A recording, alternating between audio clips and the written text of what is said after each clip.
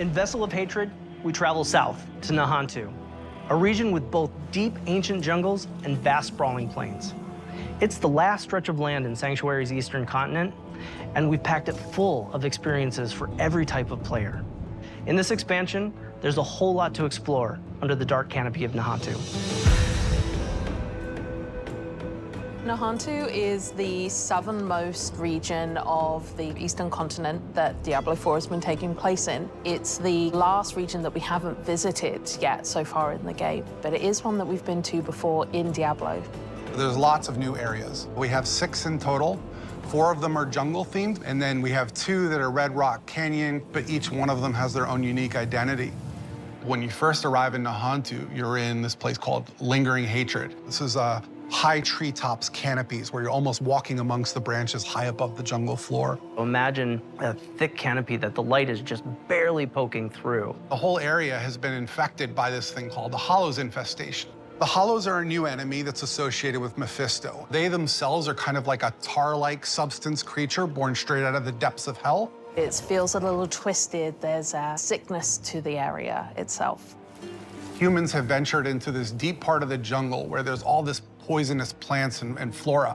The dregs actually started experimenting with eating these hallucinogens, and it put them into this aggressive psycho rage.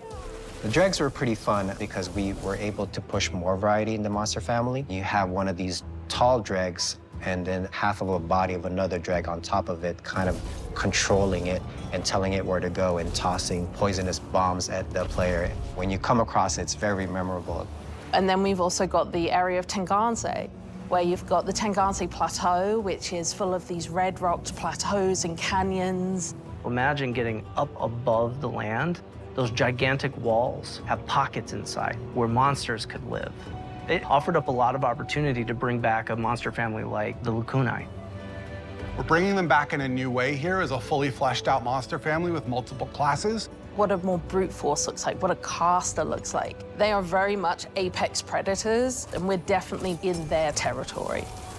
And then there's a little sub-area called the Skittering Earth. The name alone makes your skin crawl. And it's bug infested, and you can see how the bugs have destroyed the jungles and kind of input their influence on it. Within the Field of Giants, you have these giant corpses of these long-dead demons that humans have begun to mine away at for their resources.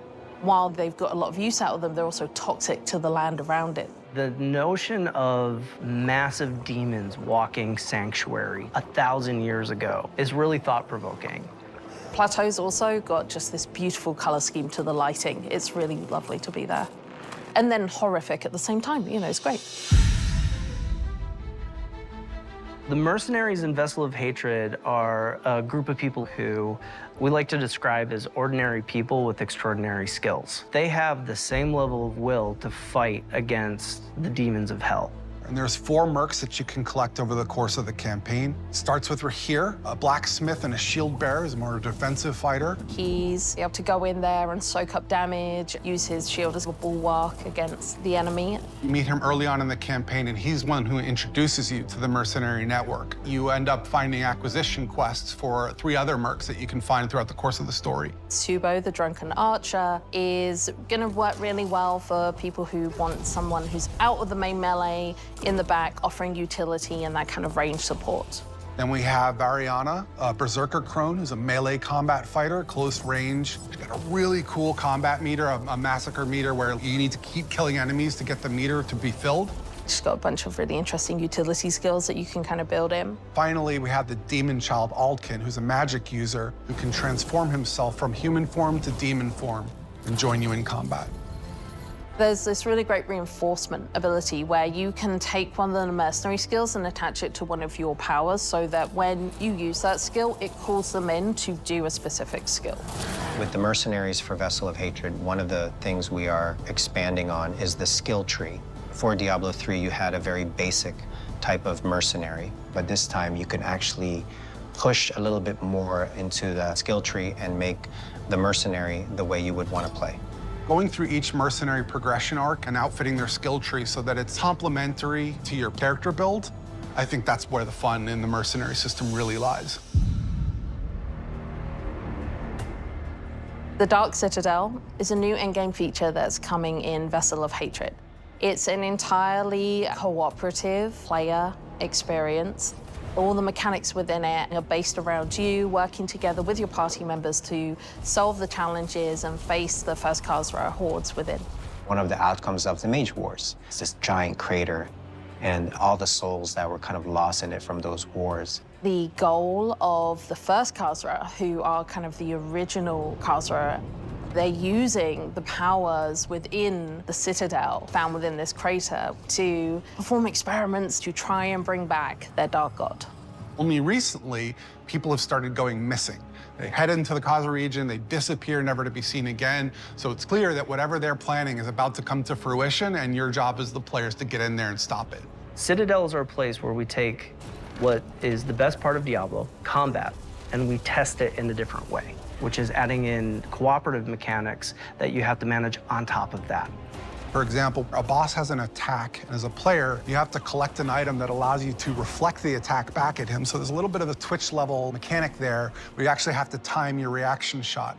What's interesting about it is when you get multiple people in there, we're each responsible for reflecting that shot once, so we all have to sort of master the timing of that move. You can't do that kind of thing without coordinating as a team, and that's sort of the example of what Citadel gameplay feels like.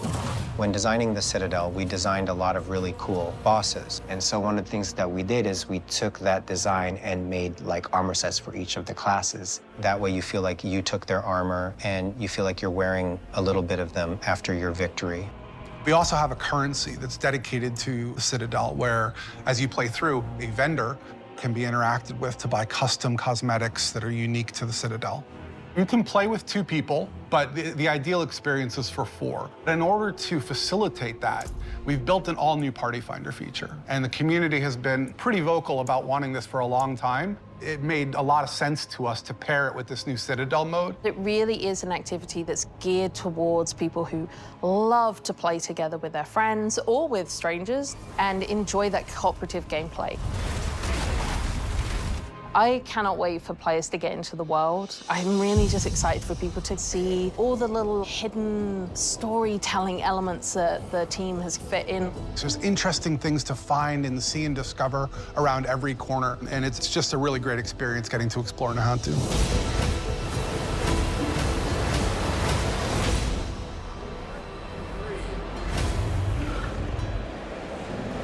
I mean, party fun.